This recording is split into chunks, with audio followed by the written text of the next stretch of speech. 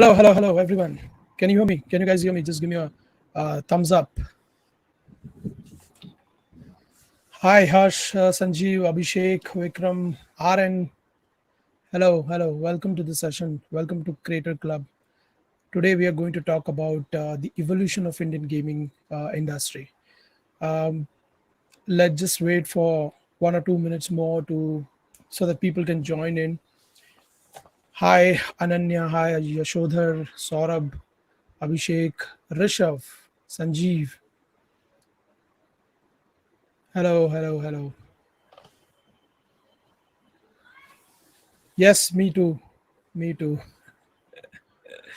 Okay, okay. Guys, I'm gonna do a couple of more sessions on Crater.Club where we will be talking more about the Indian ecosystem, the kind of games, the kind of companies in India, the kind of games people are building in India, whether it's mobile or PC and other kind of stuff.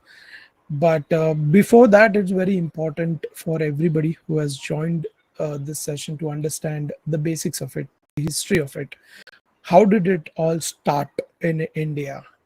Gaming in globally was huge, is huge, and it started like way before um, than what it started in India, right? Like it's been more than 50 years that gaming has started back in 70s, 1970s, and 60s.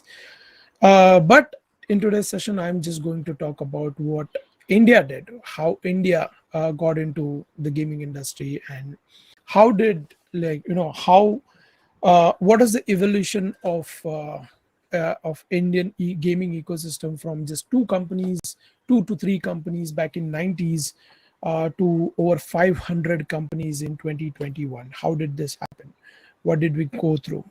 And that's what we are going to talk about in this session. So let's start. I think it's 9 2. We just have like 20-30 minutes.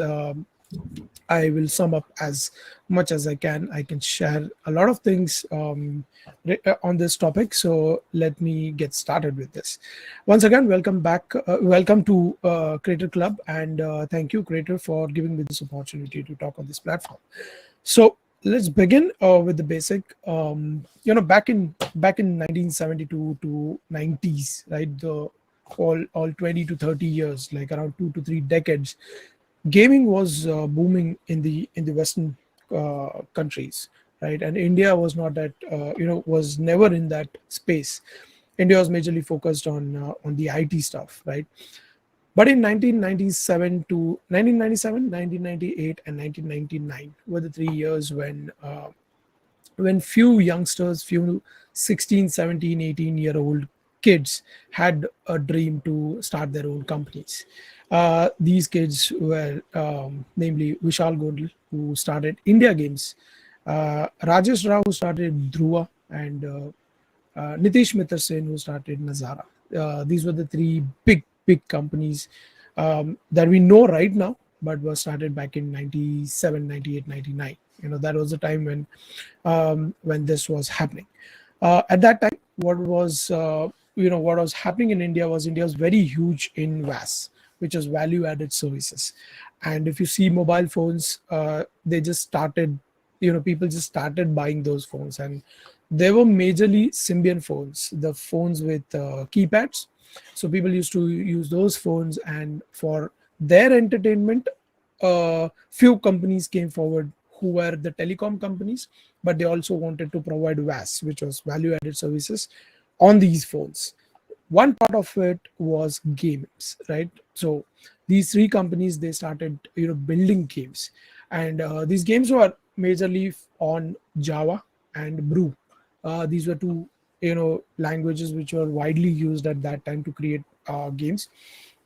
All these games were like keypad games. I'm sure a lot of you guys would have played these kind of games. You press 3 to go up, you press 6 to move forward, and all that stuff. Few major hits during those times were like games like Cricket, Bruce Lee, Godzilla, all those games which came out from India Games. But it all started between 97, 98, 99 when these three people started their own companies, and the gaming actually kick-started in India. So in today's world, we among the gaming ecosystem, we call these three people as the pioneers of Indian gaming ecosystem. These are the people who started gaming in India. Vishal Gondal literally started India Games in his garage when he was 16-year-old. That company got, if you fast forward the journey, that company got sold to $100 million, right? And there is a lot of buzz around the other companies as well, which I'm going to talk about now. So it started with those games, and then eventually a time came when in 2002, 2003, Flash came in, which was a lightweight gaming engine, right? And people can play uh, games on web browsers. Now people didn't the restrictions of people wanting to play games on mobile phones was gone. So people, because internet was booming and web browsers were all coming up, so people started making games on web browsers. This is when 20 more companies came in who just focused on making games on web browsers. One of them, which was huge even at that time, was Games to Win, which was called as Contest to Win at that time, right? So between 2001 to 2007, 8, Flash did really well. There were majorly around 20 companies in India who are actually doing Flash games, and at the same time these companies grew a lot. Nazara, India Games, and Dhruva, they just grew and they just started making games on all the categories. Then came the era of smartphones. Before we go on to the smartphones, that I'll just pick up a couple of questions here. Where do you think the gaming industry will be 2-3 years from now? See, India as a market is a mobile primarily is a mobile gaming market, because 80% of the people in India, um, who are the gamers, 80 to 90% of the gamers in India are from mobile games. We just, when we talk about games and we talk about ki acha games kaun khelta hai, right? If I ask you who are the real gamers from India, people will just point out towards these people who have high-end machines or consoles, uh, you know uh, good rigs and graphics cards. These are the people who play games. No, that's not the real market from India. The real gamers of India are the people who are sitting in villages, who are people sitting in tier 2 and tier 3 cities in India, who have those low end mobile phones, right? Who don't even know that Google Play exists. They just play games which are provided to them on the phones itself, the phones which are burnt. We call it as OEMs, right? And some part of it is telcos which provide games directly. They play the games and they just use the top ups from their prepaid phone card. 5 rupees cut hota, and then they play that game for whole day. That's the monetization that happens in these tier 2 and tier 3 cities. So India basically is mobile first market, and if you ask me about 2-3 years from now, India will be one of the biggest market for mobile in India and worldwide as well. If you talk about PC and console games, there are few brave hearts in India, few small studios, independent studios, who are trying to make their own PC and console games. So those kind of developers are also trying to experiment and create games on Indian culture, mythology, and religious aspect. Because India has a lot more stories to tell, these people are experimenting with those stories. But I wouldn't say that the PC and console will be the bigger market. India will always be mobile first market, and we have like over 500 companies in India right now in gaming. It will be exploding soon in next 2-3 years. quick action a quick question: how do you think in gaming advertising will affect the way people monetize games? I think monetization is just one bit of it. The advertising and monetization is just one bit of it. There are way more methods and avenues that people have discovered for the advertisements, for the monetizations in games.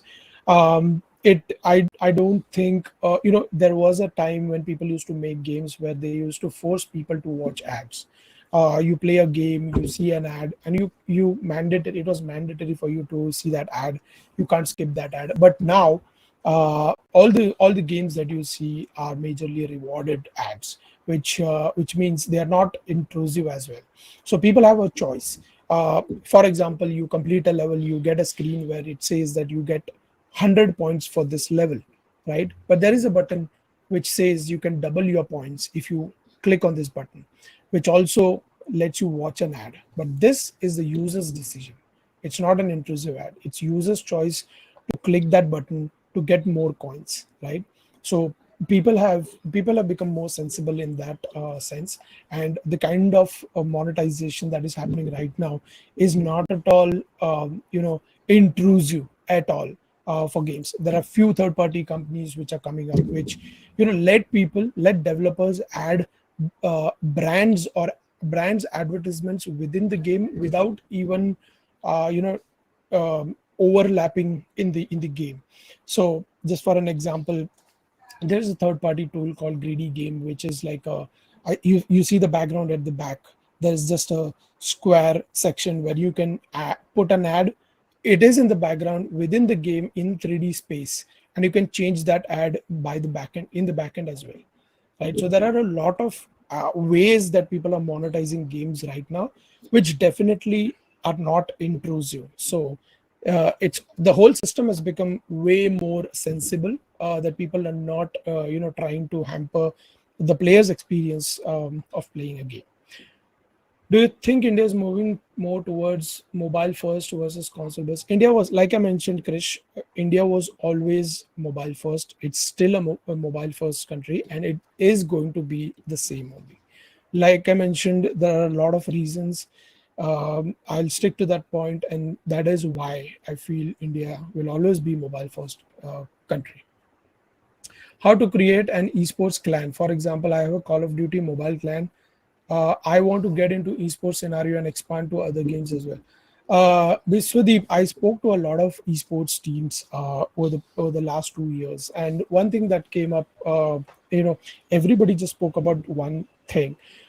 People like, just for an example, take Team Soul, which is India's one of the biggest team, right? Team Soul, or let's just take Team Hydra, right? Now they have their own players, and they also have a management who scouts for other players, right?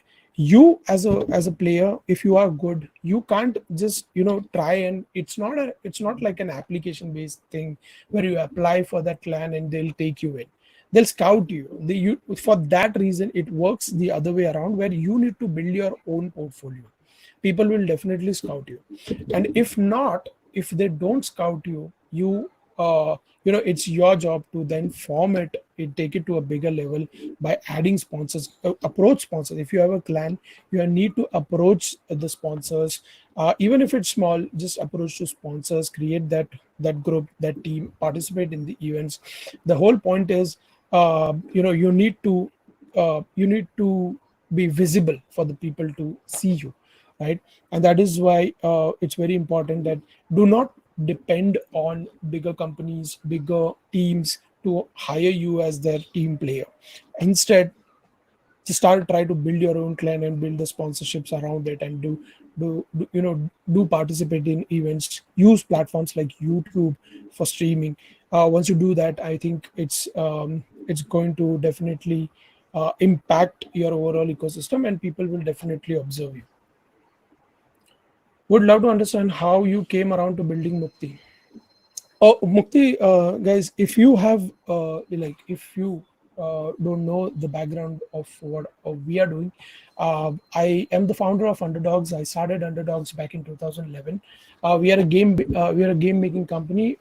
It's been 10 years that we are building games for B2B and B2C. We have made more than 250 games so far. Currently, we are working on a PC and console game called Mukti, which, by the way, was started back in 2018. We were reading a lot of articles on human trafficking and sex trafficking, which was happening in the northern part of the country. And because I do theaters, and we have that uh, we had conceptualized couple of smaller concepts based on human trafficking, but then it always was a thought that, if I do something on theater, it's just going to reach out to 200 people, 1000 people max, right? Because that's what the auditorium fits in.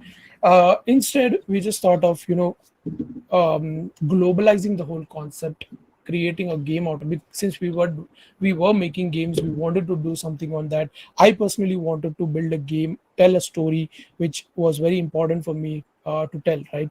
And that is the reason we created this concept. And we thought gaming, video games are one of the biggest uh, mediums where we can reach maximum amount of people globally.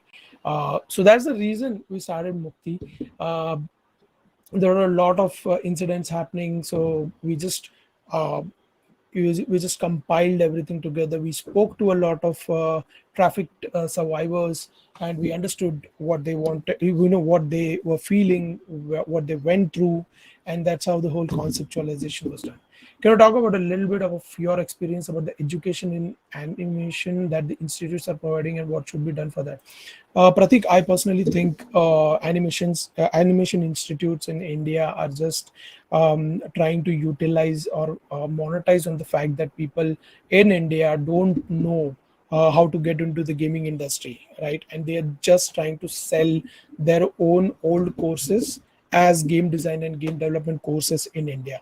There is to be, to be very honest, there is no college or an institute in India which is like a standalone. Like, just for an example, I have done 12th. If I go in an engineering college here, 4 years later I'll be an engineer, right? If I go into a medical school, I'll become a doctor, by the end of that course. There is nothing in India which is like a game development institute, where you go in that institute and you become a game developer by the end of that course. There is nothing in India like that. All people need to do is self learn, try different tricks. Need to choose their own domains and then figure out how they go ahead with this. But just to talk back about your point, Pratik, I think if people, animation institutes is of interest to only people who want to get into either game design or game art. If you are looking to get into game design, just don't go to these animation institutes, because they sell their animation courses, titling it as a game design course. Game design and game art are two different things. Game art is where you write a game, and game design is where you write a game, and game art is where you draw certain assets of the game, right? So just don't go. If you are a game designer, just don't go to any animation institute. If you are an artist, you want to become an artist, then this might be useful, because then these institutes can teach you tools like Photoshop, Maya, Max, 3D, all the digital tools that are required for gaming. Do you suggest using Unreal Engine for rookie animators getting into game dev? Yes, I would. Unreal is doing fabulous, and if you want to get into the industry and want to be great at it, Unreal is great. You can just start, but Unreal, don't focus Unreal as an animation tool. It's a game engine. If you want to start, just start with three basic tools: 3dx Max, Maya, and Blender. Do you real cash games like do you think real cash games like Rummy, etc., also will expand? Yes, definitely. This they are making maximum amount of money in India. So in coming years, it's just going to blow up. We should connect. I run a cartoon. Also want to learn your views on cryptos, and do you think that will amplify gaming monetization? Uh, j- just in the interest of time, I would not go in describing cryptos, but yes, it will impact a lot in the monetization aspects in gaming itself. Um, to explain it in detail, it'll take a lot of time, but NFTs and cryptos are going to impact a lot on the gaming monetization. You're all funded by Unreal Engine. That's amazing. Can you tell us how that pitch went? Abhishek, thanks a lot. Just it went well. I'm currently talking about it on my YouTube channel a lot. And I'll be making a separate video about how did we get funded by Unreal Engine. But it's a long process. It's like a 4-5 months of process where you pitch the game to the Unreal team, and if they like it, they'll fund your game. Again, if you guys are not following me on YouTube, just guys, I would request you guys to just search for a Weber Chavan Underdog on YouTube and just subscribe to the channel. There is a lot more information on gaming on my channel over there. What all tech tools you guys are using to build the games? For mobile games, we use Unity, and for PC game, we are using Unreal. There are third-party plugins and tools also that we use, but that's for specific tasks specifically. Okay.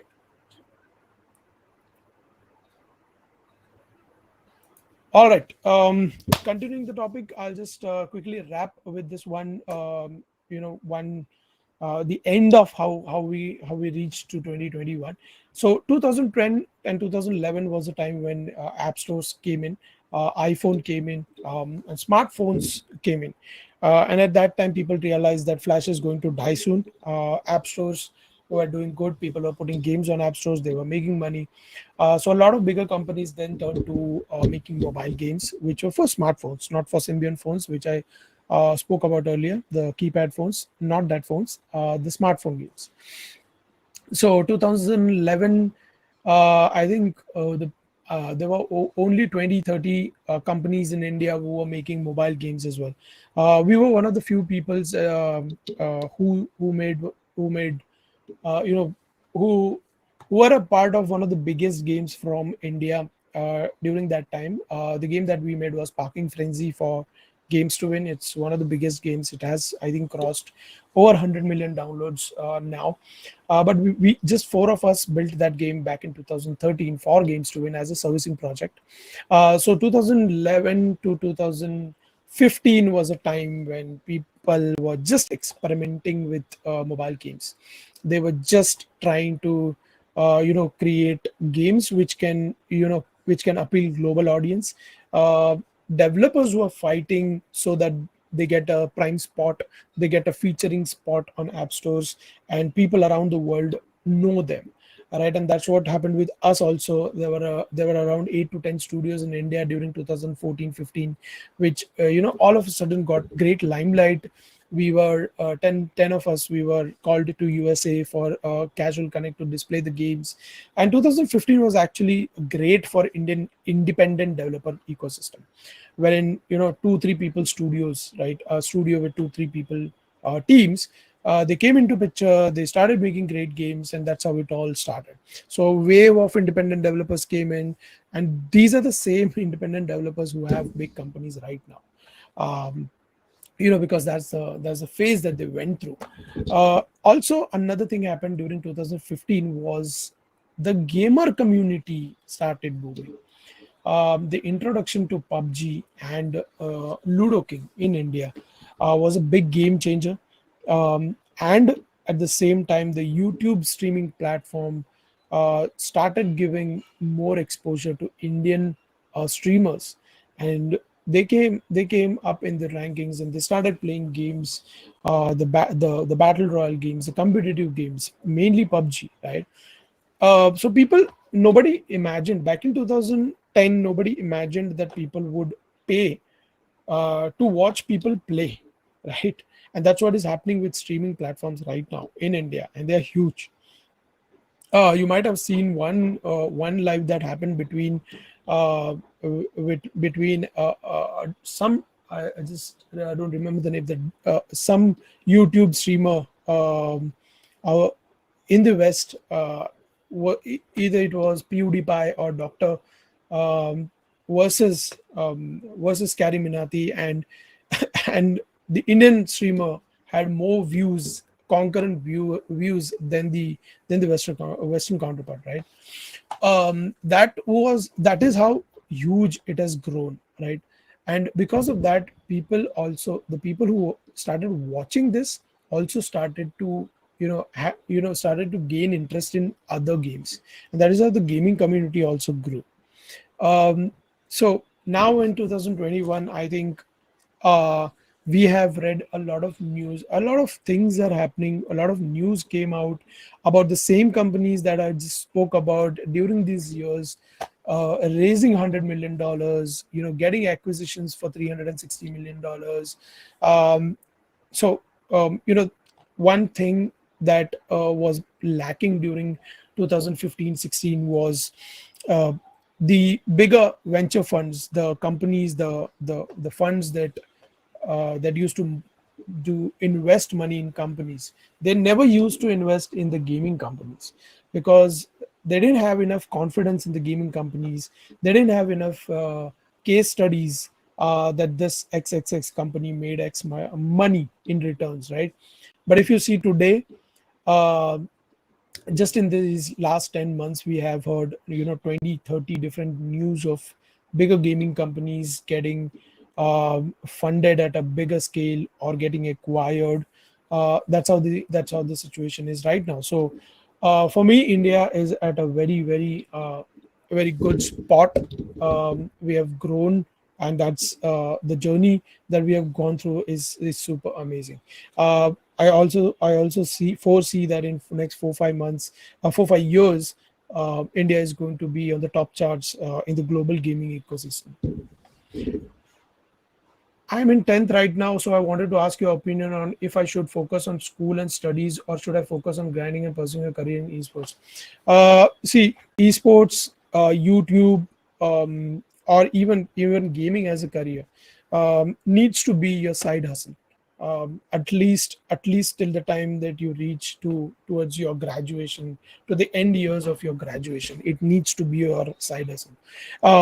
See, because there is no structured way of taking qualification, taking that graduation path in gaming at this moment in India. It always has to be a side hustle.